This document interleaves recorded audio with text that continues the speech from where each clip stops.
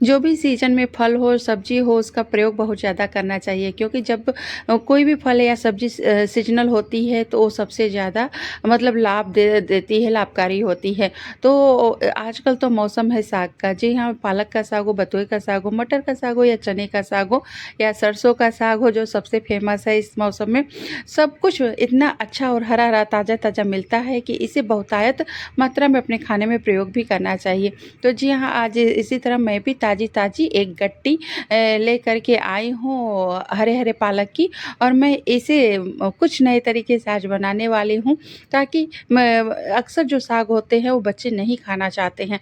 तो हम मम्मियाँ भी कहाँ कम हैं, रोज़ अलग-अलग तरीके से उसको बनाते रहते हैं कि शायद मैं हमारे बाल-बच्चों को किसी भी तरीके की अगर रेसिपी पसंद आ जाएगी तो हमारा बनाना सफल हो जाता है और हम उसी तरीके से बना कर के उन्हें हर रोज़ खिलाएँगे।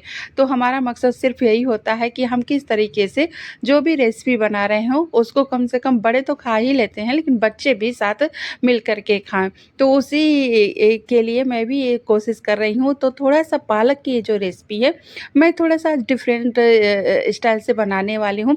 तो आप सब भी इस वीडियो को देख कर के बनाइएगा एक बार, हो सकता है आपके भी बच्चे इस बार पालक की साग ज़रूर खा लें।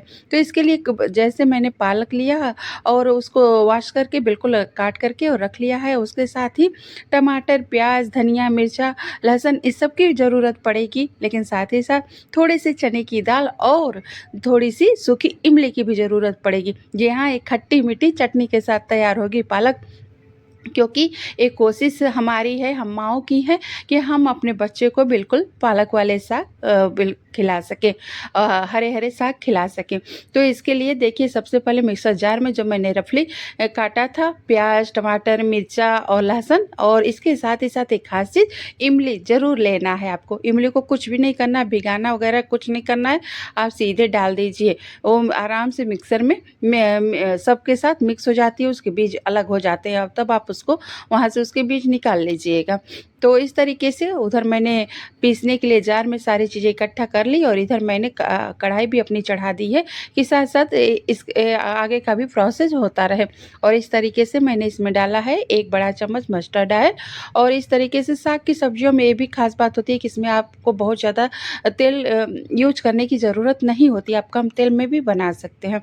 और सबसे पहले मैंने यहाँ पे डाल दिया है चने की दाल क्योंकि चने की दाल का फ्राई होना, उसका गलना बहुत ज़रूरी है तभी तो अच्छी लगेगी और इसलिए चने की दाल थोड़ा-सा बड़ा-सा 1 चम्मच मैंने लिया है।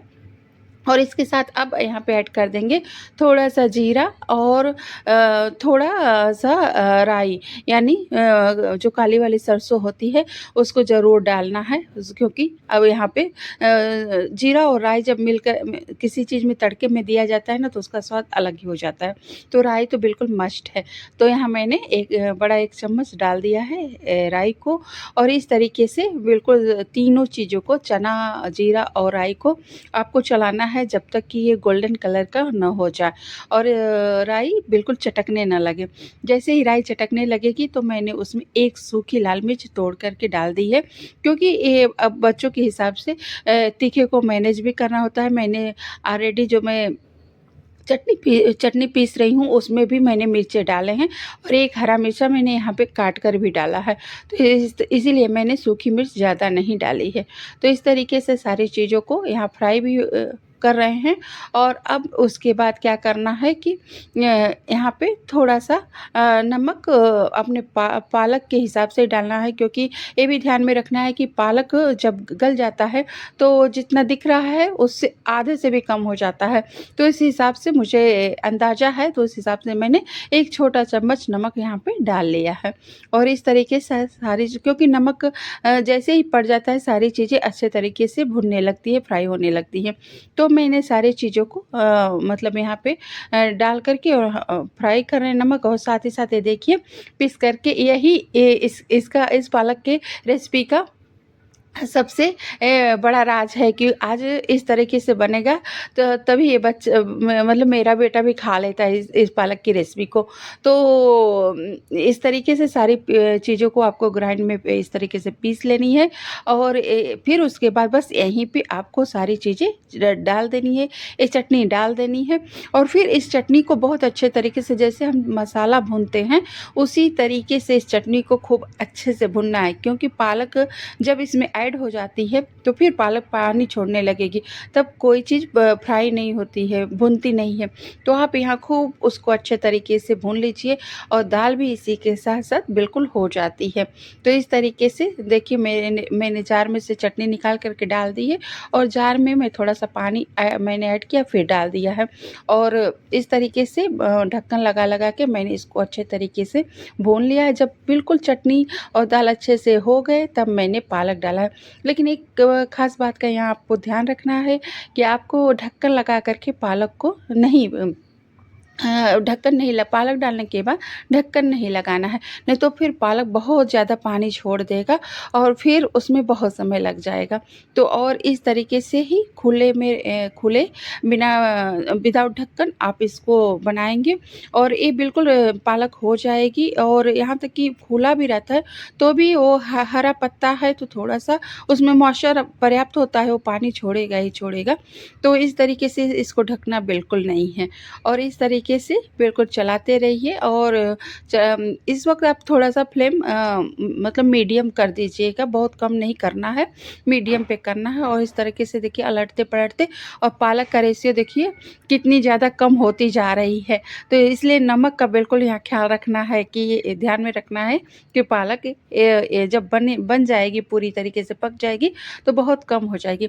लेकिन आप मेरे चैनल पे नए हैं तो मेरे चैनल को सब्सक्राइब कर लीजिएगा, लाइक करिएगा, कमेंट करिएगा और इस रेसिपी को आस-पास लोगों के साथ भी शेयर करिएगा।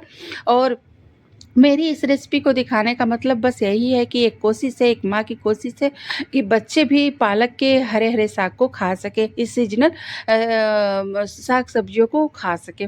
तो इस तरीके से इसमें दाल पूरी तरीके से गल गई है और यहाँ पे आप अच्छे तरीके से बिल्कुल एकदम पालक को गला लीजिएगा और इस वक़्त आप चाहें तो जो फ्लेम है उसको हाई भी कर सकते हैं और इस तरीके से कुछ मिनटों में ही ये पालक की साग बन कर के तैयार हो जाएगी और आप इसको रोटी, पराठा, चावल जिसके साथ भी चाहें, इसके साथ आप कोई चटनी भी टमाटर की हल्की-सी बना सकते हैं, खट्टी-मीठी सी बना सकते हैं और आप खाइए बहुत स्वादिष्ट लगता है। मतलब मेरा बेटा खा लेता है तो इसलिए मुझे लगता है कि ये बिल्कुल परफ़ेक्ट है क्योंकि वो जल्दी खाता ही नहीं है साग जो भी साग वाले सब्जियाँ होती हैं वो जल्दी नहीं खाना चाहता है, लेकिन जब इस तरीके से हम बनाते हैं तो खा लेता है। तो मैंने रोटी भी बनाई है, आज चावल भी बनाए हैं क्योंकि इस तरीके से देखिए और आज ये किसी की प्लेट नहीं बल्कि अपनी प्लेट मैंने सजाई है। कभी-कभी अपने लिए भी कुछ काम कर लेना चाहिए। चलिए इसकी शुरुआत करते हैं आप लोगों के साथ। देखिए कितनी अच्छी लग रही है ना? बिल्कुल ट्राई करिएगा और मुझे कमेंट करके भी बताइएगा कैसी लगी मेरी ये रेसिपी। Bye, bye, bye.